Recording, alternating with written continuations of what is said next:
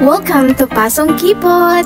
Dito sa Pasong Kipot guys is where we keep our different kind of fruit trees, different varieties of fruit trees. So in short, Pasong Kipot is one of our field gene bank. Dito namin nire-restore yung mga different varieties of mango, of chico, of pili, and so on. So ngayon is we're having a break kasi katatapos lang namin mag-fertilizer and sila kuya naman is katatapos lang din nilang mag-grass cutter. So nagdidinis sila ngayon dito guys sa Pasong Kipot. So we have buko, may mga buko din dito. So ayan, nagbuko juice lang kami. Ang sarap lang kumain ng mga free nabigay ni Mother Nature, ganyan. Kasi kung masipag ka magtanim, talaga meron ka ang kakainin. So, we're done. Pauwi na kami sa aming office. So, ganyan kasukal guys, kasi hindi pa siya malinis. So, ayan. So, dahil nakalak ang aming gate at naiwan yung susi, kailangan naming tumawid dyan sa matutulis na bakod.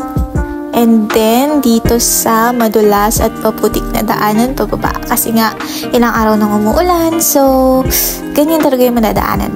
So, kung matatanong nyo kung saan located ang Pasong Kipot. So, Pasong Kipot is located inside the University of the Philippines, Los Baños. So, medyo malayo-layo siya sa mismong school. Kasi sobrang lawak ng UP. Dito namin tinatanim yung mga collection na nako-collect namin from different places here in the Philippines. So, pauwi na kami guys! So, ayun yung mga ginagamit na grass cutter. And nag-uwi pa kami ng buko. Ayan yung shovel na ginagamit po namin. Actually, meron kaming lumang tricycle tapos isang kuliglig. Ayan. So, pauwi na kami!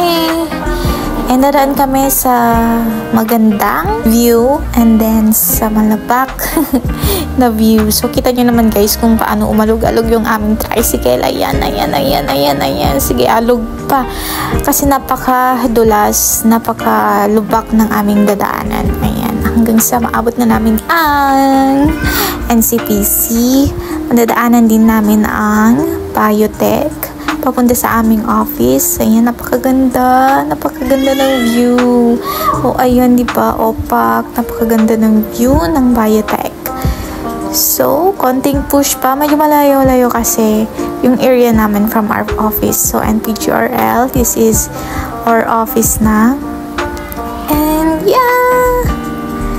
So, next time guys, itutour ko kayo sa nursery namin sa NPGRL para naman makita nyo yung aming iba't ibang rootstock or mga seedlings ng iba't iba naming varieties and iba't ibang plants or fruit trees. Ayan, so linis muna tayo ng bota kasi sobrang maputik. Ayan. So, ito rin yung isa sa practice namin na kailangan linisin mo yung sarili mong bota kasi wala naman magdilinis na iba kundi ikaw lang at wala lang din naman gumagamit na iba kundi ikaw. So, kailangan mong linisin kung ano yung ginamit mo para magamit mo siya again next time.